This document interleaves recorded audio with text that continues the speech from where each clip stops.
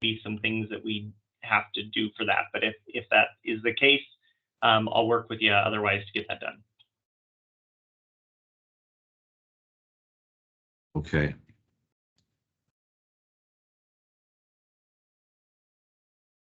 So I think Jason's the only one we're missing so far.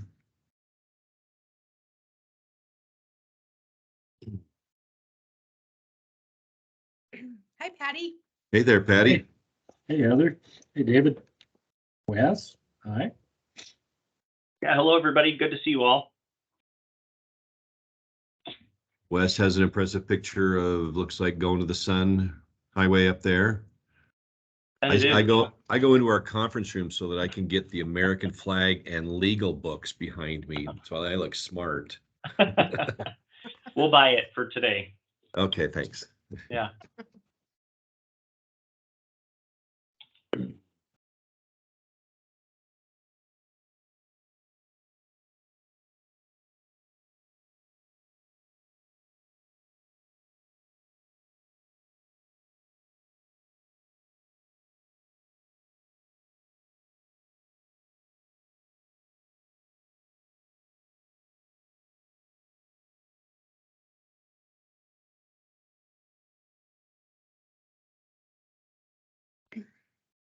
Hear from Senator Small if he was able to join us.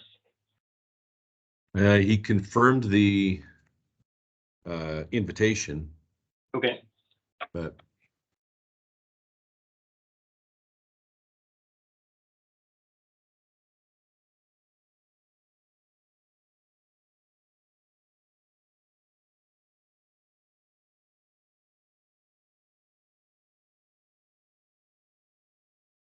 well, it's straight up noon, so I think we should start. Is that all right with everybody? Mm-hmm. Okay.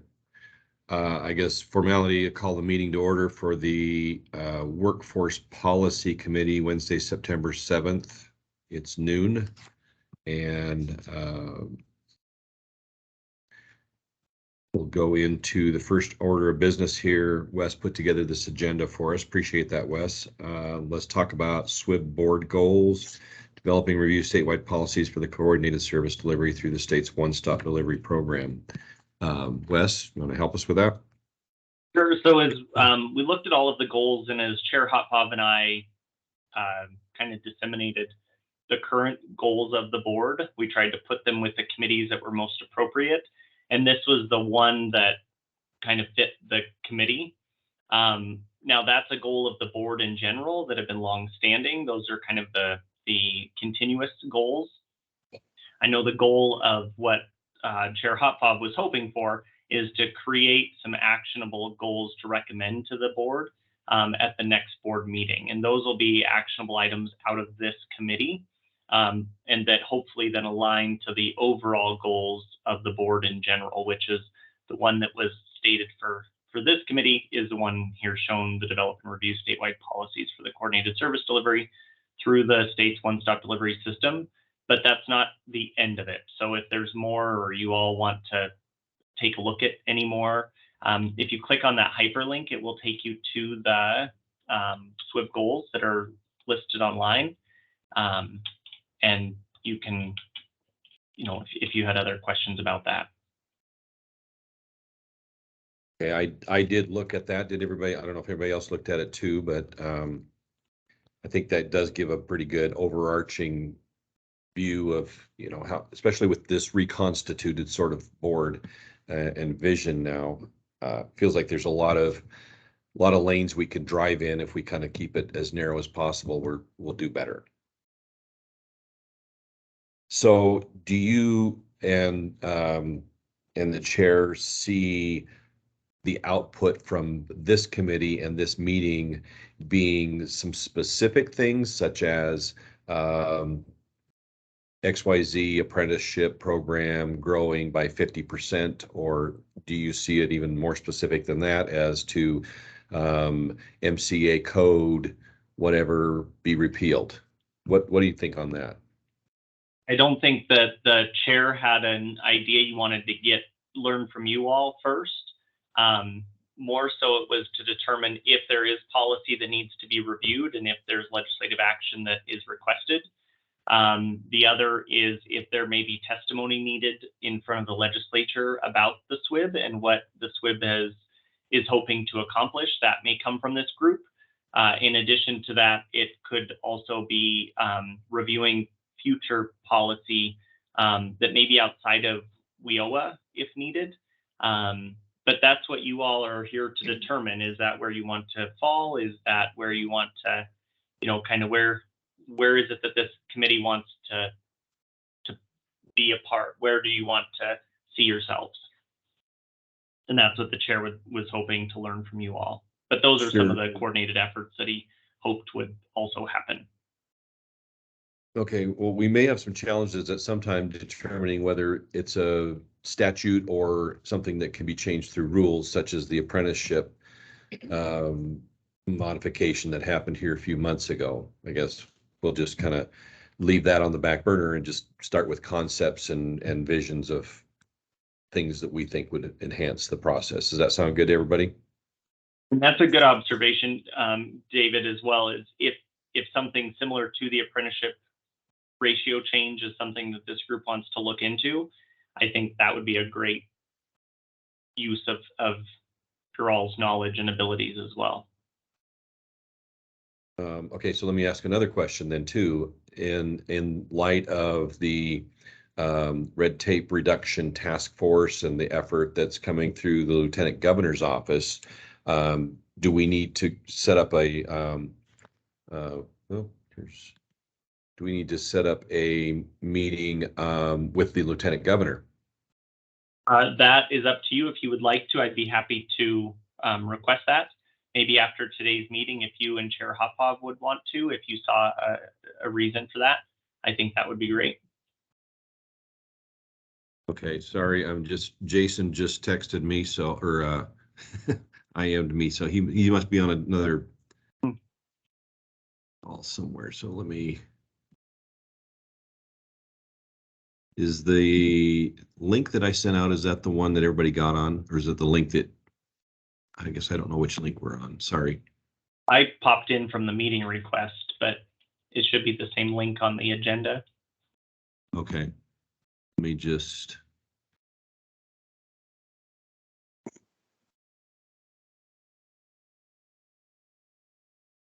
Sorry, everybody. You want me to put it in? I put it in his message.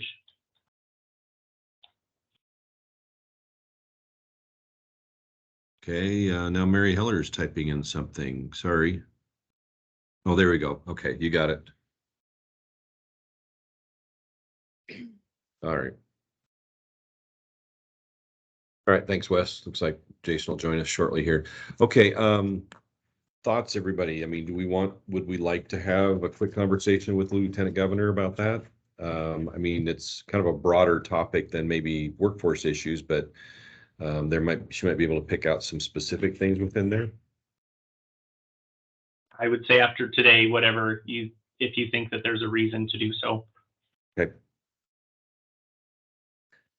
Okay, well, I guess then continuing on with the agenda here, challenges that exist in our communities and businesses for the workforce. Comes Jason.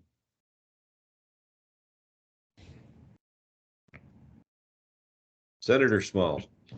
Hey, there you go. Got the right link now, huh? Sorry about that. Challenges existing in our communities and businesses for workforce. Let's maybe just do a quick round the horn thoughts from anybody. Patty, I'm going to call on you first and things that you see and hear. From the manufacturer standpoint, still desperately seeking employees, especially those for our manual labor jobs. And then in several locations, even if you can find them, then it's the housing issue. Just got off a call with Leanne Taylor of the Montana Department of Commerce, and they're going to be presenting a program that would be zero interest loans for automation for manufacturers to the ARPA committee. So that's a good sign, but that seems to be where the manufacturers are headed right now, is trying to find ways to automate those jobs that nobody wants. Hmm.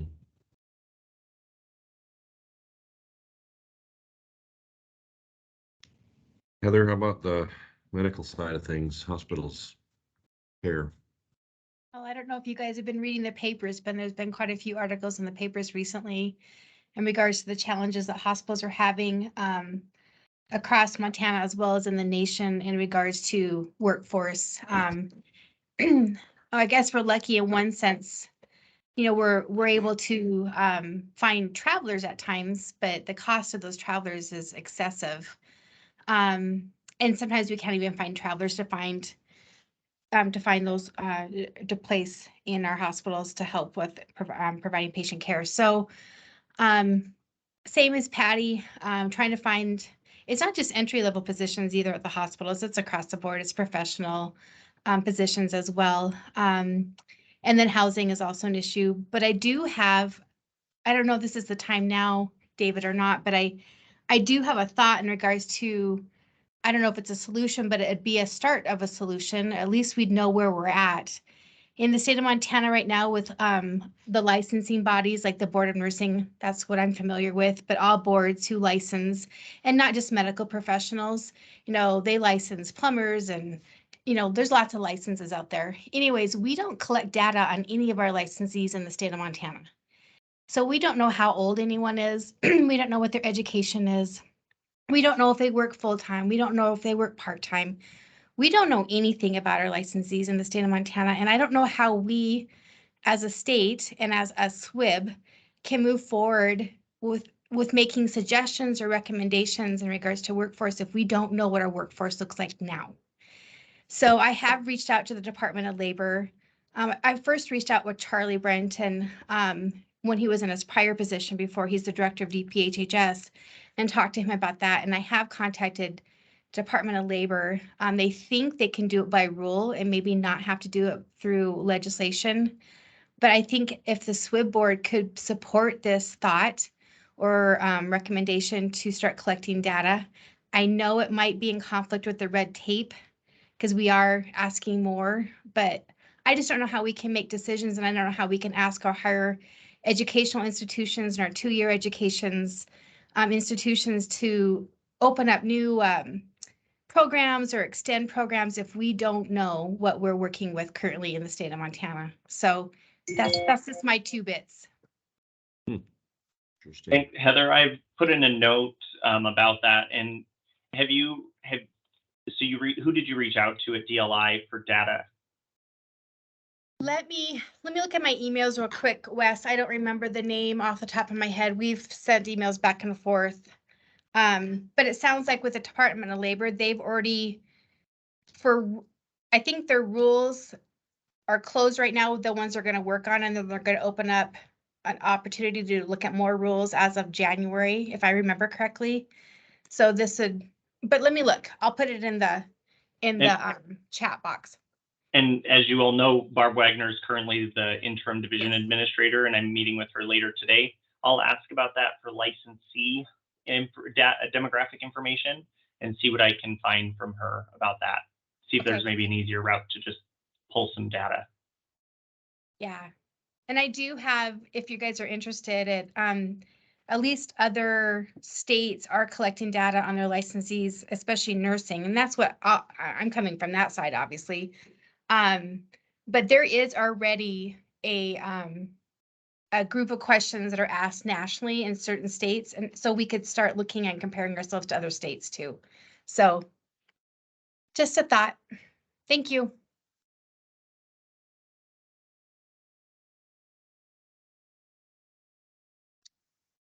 Senator Small, anything on your mind about existing issues for your members of your community and businesses? Well, it's probably, sorry about that. Everybody has the same issues, right? Most of the work in Montana, I mean, you see it with contractors, of course, obviously, it's kind of boom and bust. You know, you have huge influx of projects. You're not getting people. Every other area is paying a lot more money. I mean, frankly, the state of Montana is a big enough state. If you're living in Helena and you're going to go work in Miles City, I mean, hell, you might as well go to New York and triple your pay or something. So it's just something we have to work through. I don't know. It's relatively difficult. Even on the union end of things, they're having a pretty tough time right now manning jobs, and those are, national call out lists. So it's just difficult. I don't see, she was speaking about nurses earlier. I mean, they're in the same boat.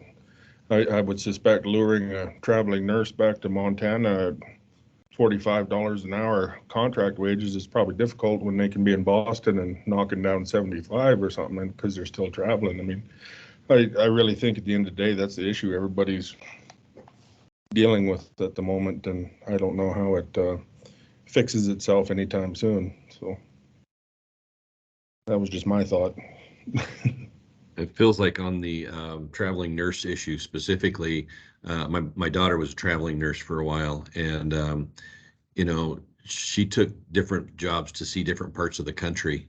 And one stint she took in Connecticut at a hospital that she was not a very not on the leading edge of technology and everything, but it was an hour train ride to New York City. So every weekend she was at a Yankees game or a play on Broadway or something like that. And so, I don't know that we can offer something like that in Miles City. So take it for what it is. Representative Buttry, I see you on there. Do you have any thoughts on anything from what you're hearing from constituents out there? Well, mostly I agree with what's already been said. We've got the issue about competitive wages, especially when you look at the rest of the country, even some of the surrounding states. Certainly affordable housing is a huge deal in a service-oriented state like Montana. One of the big issues that we have in Cascade County is the job shuffling. And it's just that all types of jobs, including those typical service and labor jobs, are now having to pay such high labor wages just to get employees, that you're seeing that leak into other sectors. For instance, at Benefice, we're losing medically trained, not doctors or nurses, but we're losing other medically trained staff that might go to a fast food chain because their hours are more flexible and they actually, in a lot of cases, make more money. So what we're seeing is a lot of these folks just hopping job to job to job. They know that there's so many $20, $25 an hour jobs out there that they'll come work for you. And the second you need them to work overtime, or you won't give them a day off, or they have a bad day at work, they just tend to throw up their hands and say, I'm done, because I can go tomorrow to the next place and I can pick up that job. So that's an issue. I don't know how we address that. I don't know what the SWIB's role would be in that, but that's a big issue, especially in Cascade County. To Heather's point for the boards and collecting that demographics, I think when we talk to labor, we should find out about the statutes. Something sticks in my mind that legislatively we have a prohibition on those boards sharing that data. So we may want to ask about that. If that's indeed the case, then that's something we could address legislatively. If it can be done by rules, typically your interim committees, which have to do a rural review, are done meeting in early October. So that's why when you see if rules aren't already in the process of being created, you're pretty much stuck until next year because they could never get them out anyway. And so it's just a waste of money to do it before the legislative session. So I guess that would be my comments. It's going to be hard in Montana to be competitive. We have problems in both professional and service, labor-oriented jobs. And this job shuffling is, I think, just a killer for everybody because companies invest a lot of money in these employees and then poof, they're gone. I would add too to Representative Buttry's comments that I've heard comments in the Kalispell area that Applied Materials is stealing all the teachers and making them into manufacturing employees.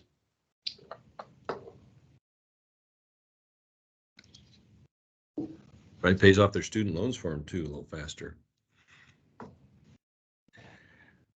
In the construction industry, I guess a couple things. One is, and I think this is probably more on the local level, but with the kind of the nomadic nature of some of the construction careers or projects, especially like highway projects, a lot of these guys, they have their own travel trailers that they take with them. And in some cases, I don't know if you've been through Helena, but the project that's out on Highway 12 East here right now, there's a spot, it's actually right next to a concrete plant. There's about 40 trailers lined up back there off the road a little ways. So health departments some health departments get a little nervous about that because of the gray water being discharged and things. And so there's been some issues. I think it was Gallatin County had asked to, or they disallowed the employees from parking their trailers in the gravel pit during a project. So it feels like there's a balance there, but it sounds like it's more at the local level. That's one issue that I've heard of. Yeah, I guess that's where I'll leave it at that now. I mean, in construction, they're offering, you can start at $26 an hour, but like Representative Buttry said, who wants to work 60 hours a week, even if you make a boatload of money, nobody wants to work 60 hours a week, even if it's just for 7 months of the year. So ethics and values and personal lifestyles are things we can't change through policy or laws. So anything else? The point here about anything we can do to consider improving workforce readiness and employability. Are we seeing lack of skills anywhere that could be met through, especially like the tribal colleges and the 2 years? I think that's, there's this job site ready program that Missoula College has rolled out, which seems to be really strong already. Any observations there on skills?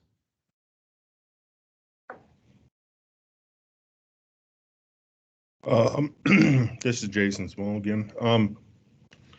In talking to my local tribal college, while both of them in the area down there, I'm actually reasonably active with them. I speak to them quite a bit, but one of the things that they've mentioned before is there never seems to be any of the labor type entities, trades that want to come in there to do demos or anything like that. So I've always felt that maybe if we were to go to, well, especially on the reservations, you kind of have to start in high school, but as far as getting people into apprenticeships and doing workforce development on the reservations themselves, I think we need to lean towards more high school based program. I mean, everybody loves the Dig Montana deal they do at Metro, of course, but that's an expensive event. But a little bit of buy-in for these slightly younger kids before they're ready to enter the workforce, so they actually understand what opportunities are available and whatnot. That could go a long ways if money was spent just a little sooner in the cycle versus trying to catch the college dropouts or whatnot. But either which way, I think we need to be looking towards the younger kids and trying to sell a program before they go the other direction and try to circle back in their 20s. I mean, we could be catching them out of high school and having some younger, more enthusiastic employees. I mean, obviously you got to teach the kids a lot more. They all come in basically as an apprentice, but still that could pay dividends in the future, and maybe that's where we need to start shooting a lot more in that direction. I think along those lines, we've done a pretty decent job at the state at allowing some of this dual credit and tool training to take place when kids are in high school. This really came to light in Great Falls when there were some students that wanted to start getting medical type training while they're in high school. And as it turns out, the training was available and being offered, but it was only being offered at the time that they were actually in school. And so that got us looking. We're talking with the local high schools as to how can we implement these programs that not only allow them to do some of that education in school, but allow them to take some of their school time and actually work in the industry. And I think if we can get more proficient in change, we have to somewhat change our education model to say, if someone knows a career path that they're going to be on, especially if it's a trade, that we provide the flexibility where those students can work and learn on the job in that industry as part of their education. I think, boy, you as important as the trades are now, if you can take all these graduating high school folks that don't want to go to a 4-year college or maybe even a 2-year college, and you give them that training their junior and senior year and put them in the workforce from the get-go, that's going to solve a lot of problems. Representative Butler, I could add too that there's a group out of Reach Higher out of Helena that has been working for about a year on work-based learning initiatives, doing some great work. I know, Wes, you got invited to the last meeting, but you had a conflict. But they're already putting efforts into this type of thing. And if we could partner with them, it seems like we could probably get bigger bang for our buck working together.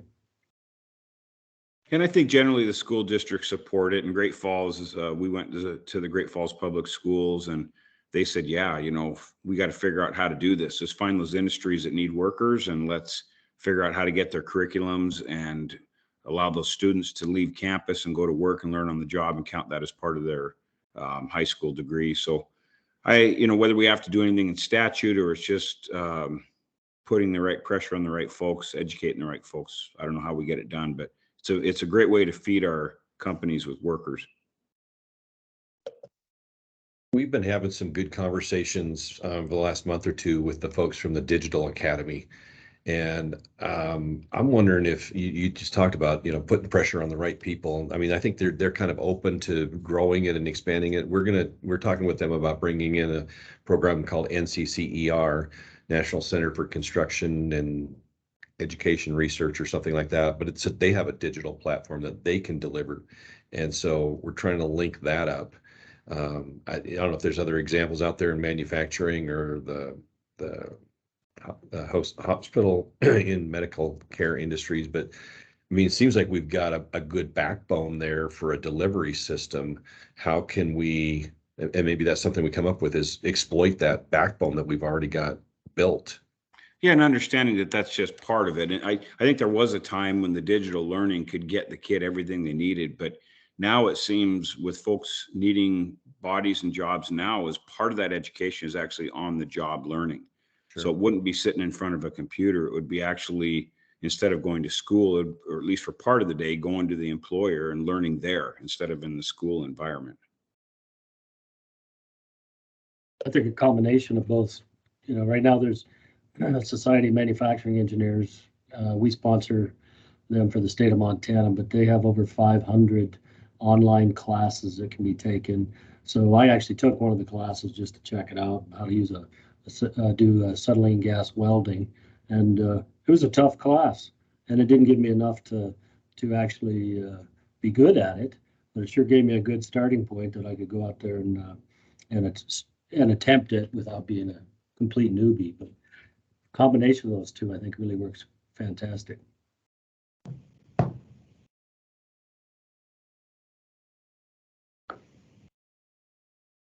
You're on mute, Heather. Thanks, Patty. So on the healthcare side of things in regards to students, kind of like FFA, there's a HOSA program. I don't know if you guys have heard of HOSA, but I'm on the board of HOSA, and it's a student-led organization, and it's all about healthcare and getting those kids interested in healthcare. What our challenges are in regards to HOSA, especially in the small rural communities that have smaller schools, they need to have a specific educator that has a certification to be able to provide those classes for those students. And in our rural communities, we've got teachers that they're doing everything. They're selling concessions at night, and they're coaching football, and they're trying to teach a class too. And to ask them to do one more certification is really challenging. And so I don't know if I don't know how we would work with OPI about this, but it's just a challenge in regards to trying to offer those students that are interested in maybe more science-based education and maybe going into healthcare. And we can't always offer that to our communities in rural Montana. So that's just another challenge I'd throw out there. Is there an association of the traveling nurses or traveling physicians that could be tapped into where they're going to those rural communities? I know it's temporary, but Are you talking about travelers, Wes? Yes.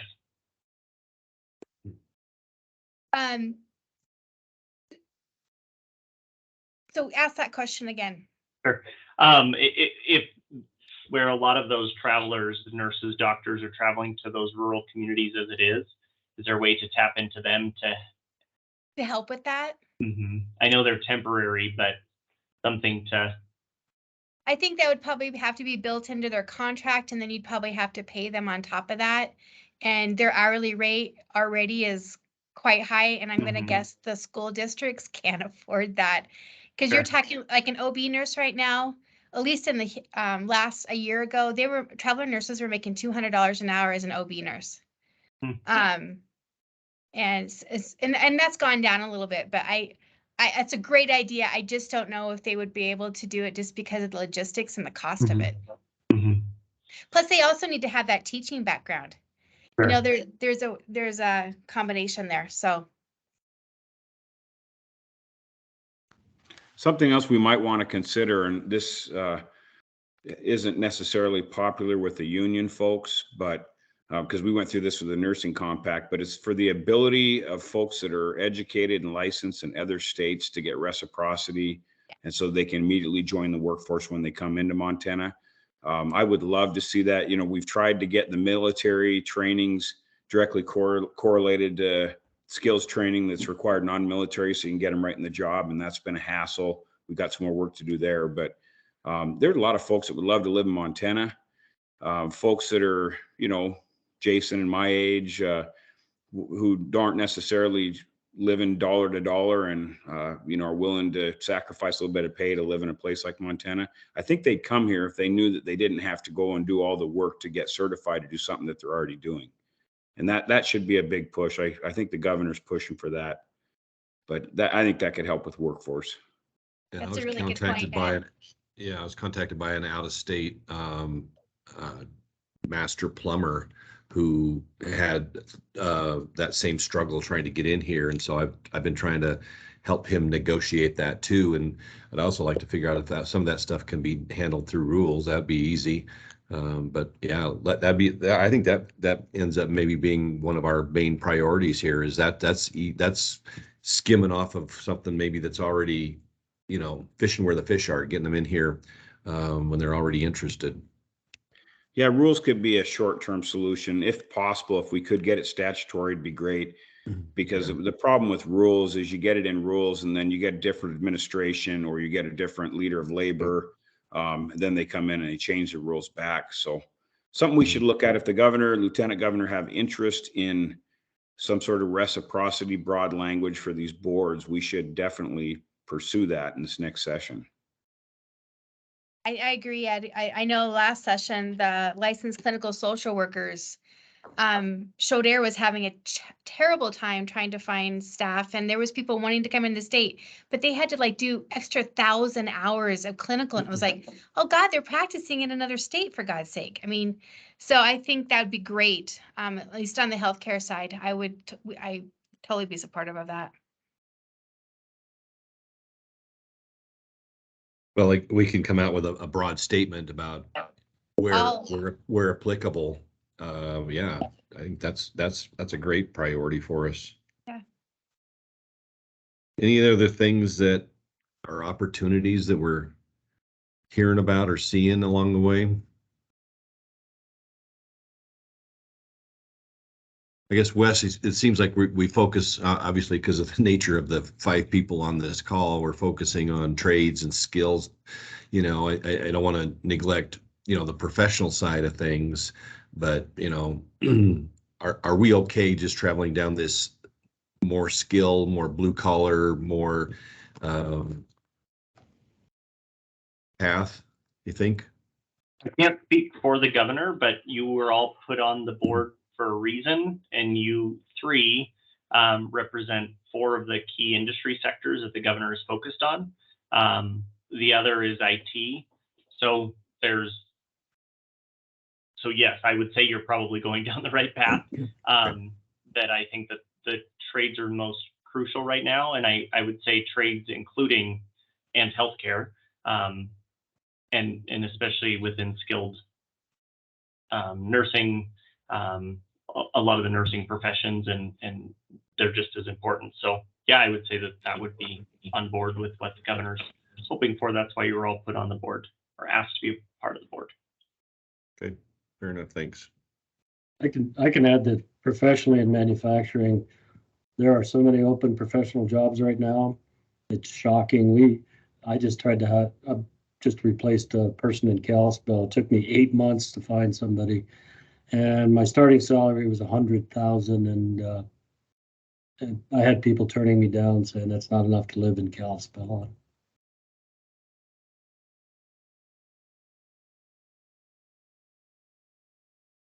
They need a new plant manager in Anaconda at ITB.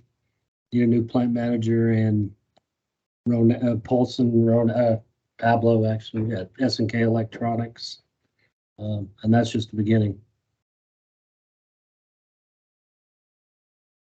So Patty, when they're turning those jobs down, they're turning them down because they live in Kentucky and they make 150 already. Well, they're turning them down and they're coming from Colorado and Utah, and they have this, I don't know, they have this perception that everything's cheaper in Montana. So as soon as they see the housing prices is when they're out. And the inventory. That seems to be an issue too. They bring up the inventory. I'd like to make a point on that, if you don't mind too.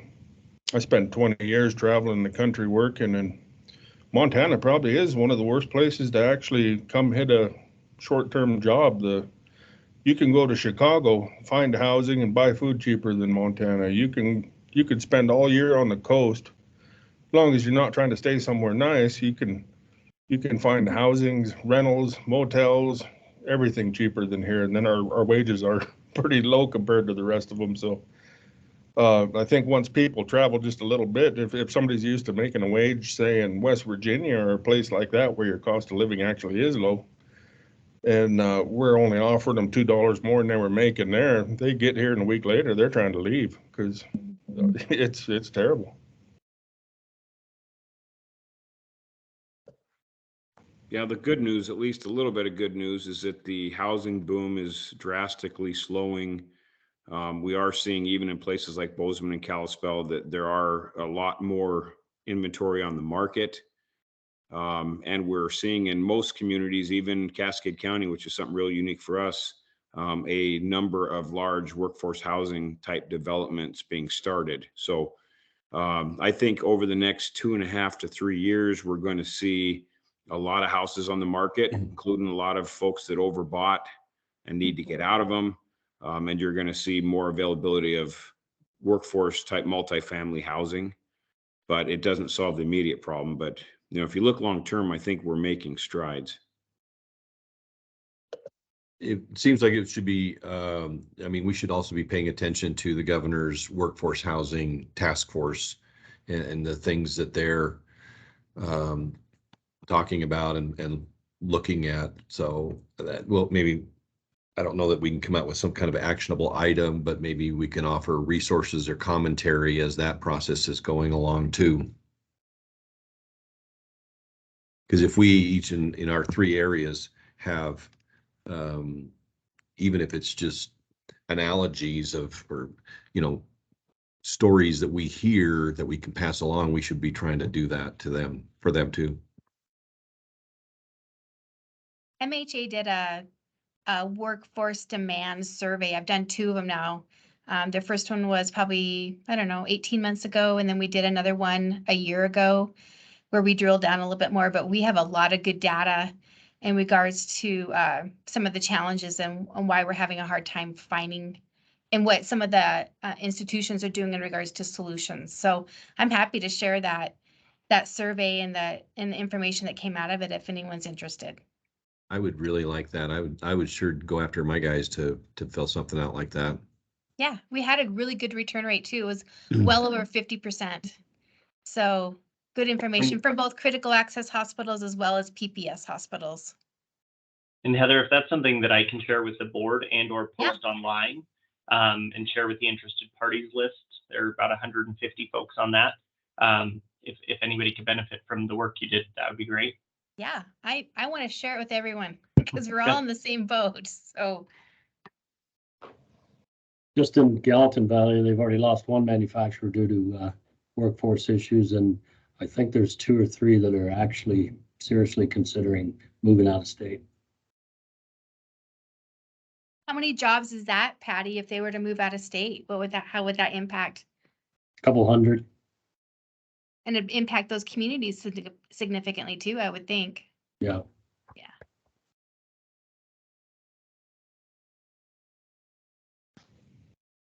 Well, from this discussion, David, would you like to lead a conversation as far as the identifying of 3 to 4 actionable goals to make sure everybody agrees on those and we can move forward from there?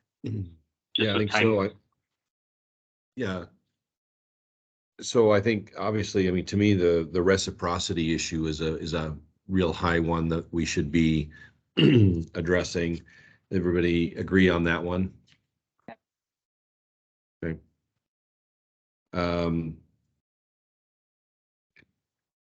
So the other things I'm noting, I guess, wages and cost of living is really what's coming up time and time again here. I don't know that I'm hearing anything that from a bureaucracy or a local regulatory perspective that's a roadblock to any of our companies growing, really.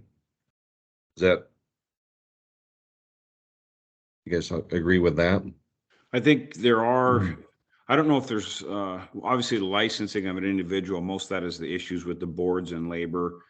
There are a number of issues that have come up from the red tape task force in business licensing.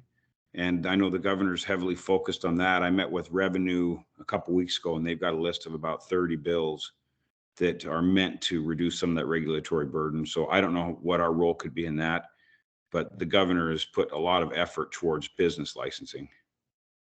Sure.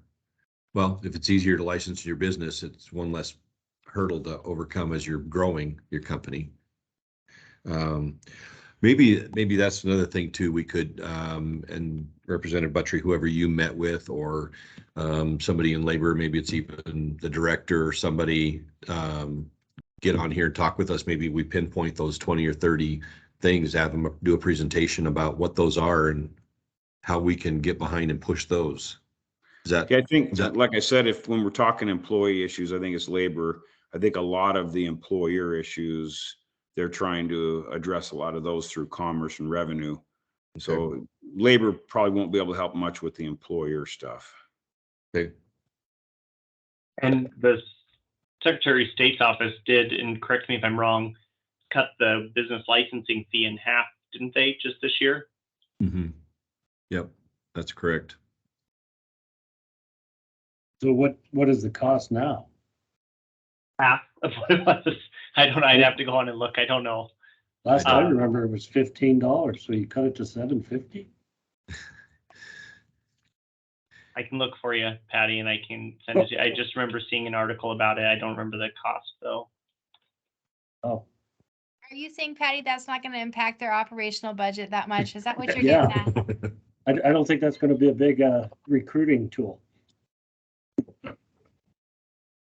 Well, every little penny helps, you know.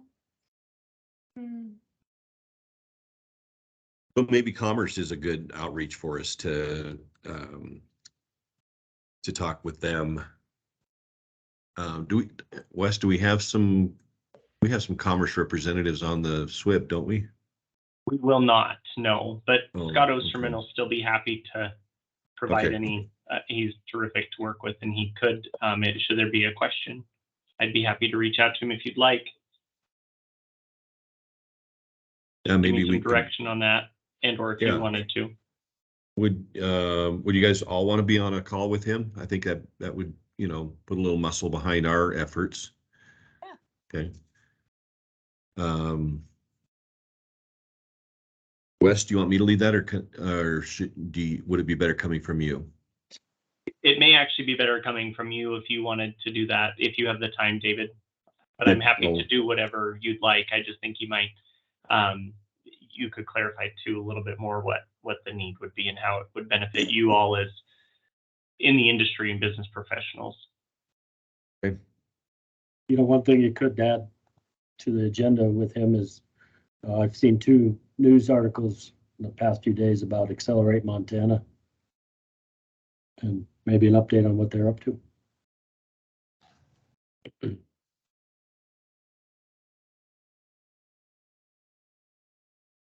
And that might be something, Patty, for the broader SWIB in the October meeting as well, that we could have. I'll ask Chair Hop, because I think that would benefit not just the 5 of you, but it would benefit all of the board.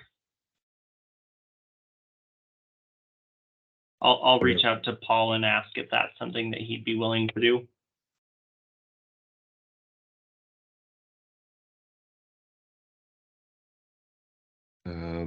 So, okay, I've got reciprocity, red tape task force recommendations, maybe see what we can draft behind with that effort.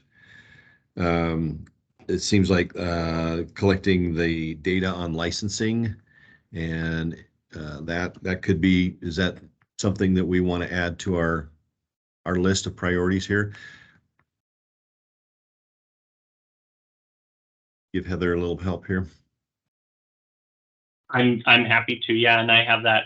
I'll even ask today about it, but what we could do, and then even all of you, if you were to give some categories of things you're wanting to see in certain data, and we can automate that process as well. Should we have the access to the data, any of that data that they could, pull. But if Heather wanted a certain category and David, you wanted something else, and we just pull it all. So.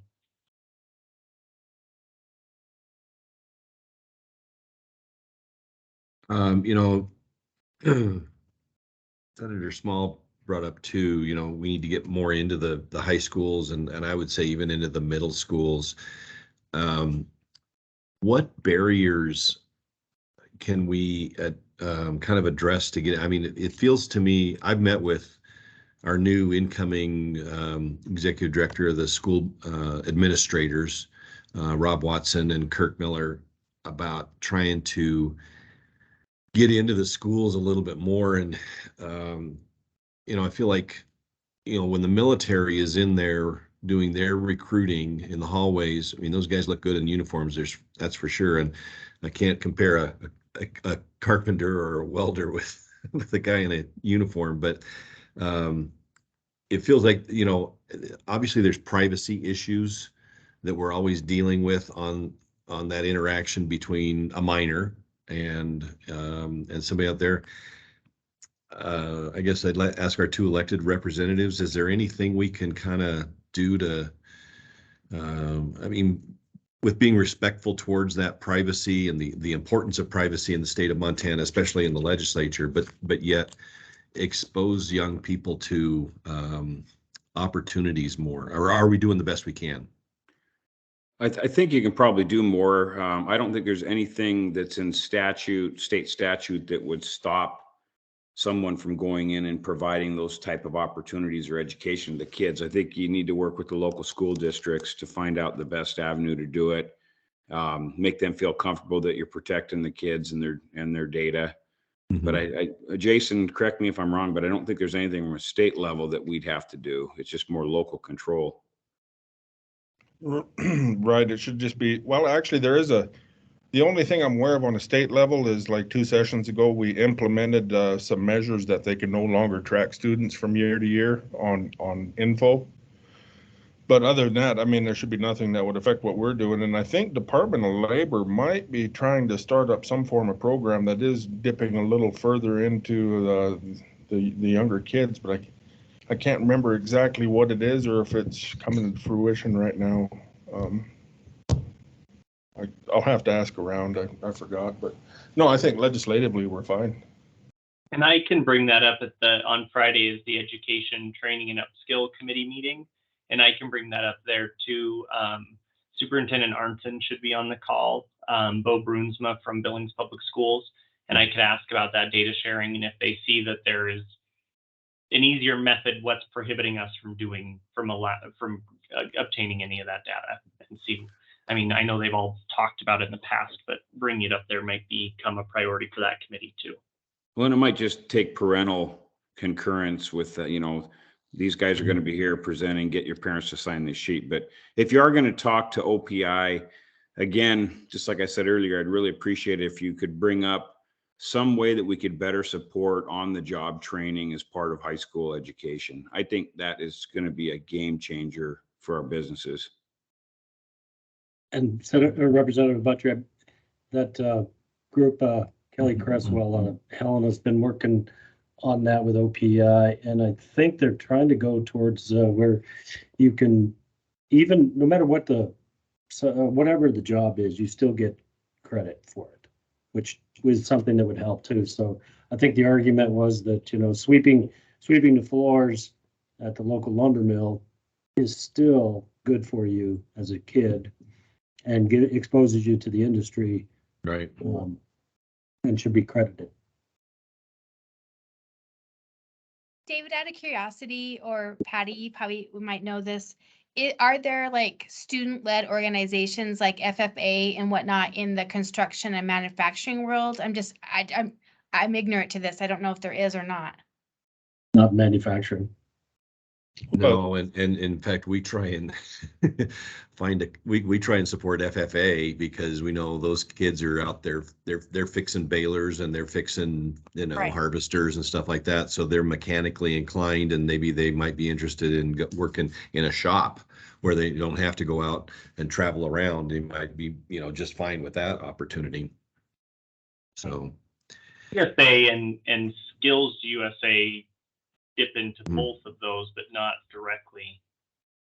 Not as much as HOSA does for healthcare, obviously, or DECA for business, or CPA for business. I'm just wondering, so I know FFA gets some funding from the legislature. I think it's statutory. There's money there that they get. I'm just wondering, do we want to support the other entities that also support students in whatever profession they're interested in going into, whether it be DECA or HOSA or FFA? I'm just throwing that out there. sure. Well, I think Skills USA gets an appropriation. I think that, I don't know, it's a lot, but I think there's something in there. Or maybe it's funded through OPI office. I can't remember. I think FFA is the only one that gets a direct appropriation, but the others are kind of a lump sum to OPI, if I'm not mistaken.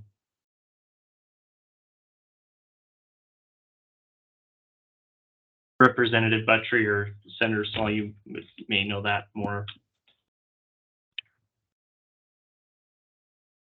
I'm drawing a blank on it. I know that Skills USA is up all the time, and it seems to me like they're probably one of the organizations that's actually aligning with what we're talking about here, to a degree, you know.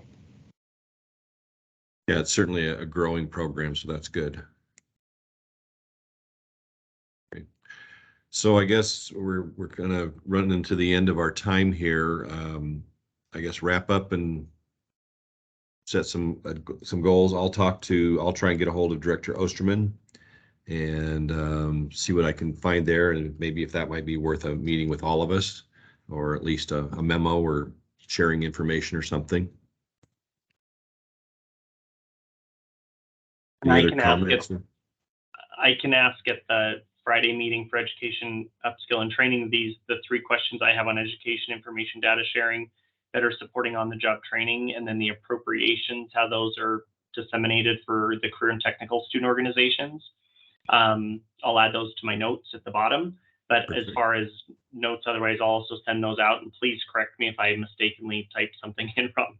I want to make sure that I get it all correct, so I'll try and get those to you by the end of the week. Thank you, Wes. Thanks. All right, anything else for the good of the order here? Do we want to schedule another meeting or wait until we have a response from Scott? What's everybody's schedule look like? I guess next week would be preferred for me. I mean, the week after that, I'm gone for a week. Well, most of the week. I mean, and it seems like we want to get this done before October, right, Wes? Yeah, if more information, the better before then. Okay. I love Heather? doodle polls, David. You do such a nice job. That would be great. I'm serious though. You know what, you didn't like the midnight meetings? I We would have were all done I have it. no idea. I I've done would've those done it. before and it's never happened like that before, so, but thank goodness Patty was right on it, calling me on it, so thank you, Patty. It would seem if we're gonna have a meeting with Director Osterman, or I guess check his availability and maybe do it both at the same time. Start with Mhm. him and then have him clock out and have our meeting. Might want to wait to Perfect. hear what his availability is. Perfect. I'll get in touch with him first and that we'll use that to kind of drive our schedule. Okay. Hey, Sounds good. Thanks, Thanks, David, everybody. for your leadership. okay. Thanks. Thanks, everybody. All right. Thank you all. Talk to you all later. Have a good day. Bye.